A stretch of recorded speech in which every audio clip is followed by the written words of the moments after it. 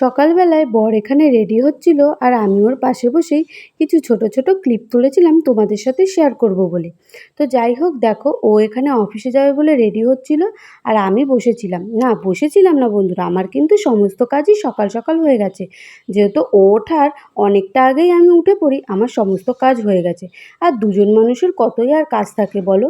তো দেখো, তারপরে বসেছিলাম, আমার চোখগুলো দেখে তো বুঝতেই পারছো আমার কতটাই ঘুম পেয়েছে। হ্যাঁ, ও যায় অনেকটাই সকালে, যেহেতু ও চলে যাওয়ার পর আমার কোনো কাজ থাকে না, আমি কিন্তু আবার শুয়ে পড়ি। এদিকে ও সকালবেলায় যাওয়ার সময় ছাতুর শরবত খেয়ে যায়, তো ওকে সেটাই বানিয়ে দিলাম।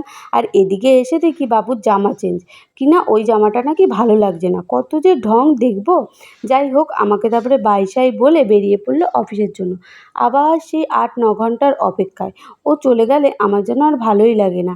আর ও বাড়িতে থাকলে না আমার খুব আনন্দ হয়, যেহেতু একা একা কখনোই থাকিনি, এখন থাকতে হয়, ভালো লাগে না।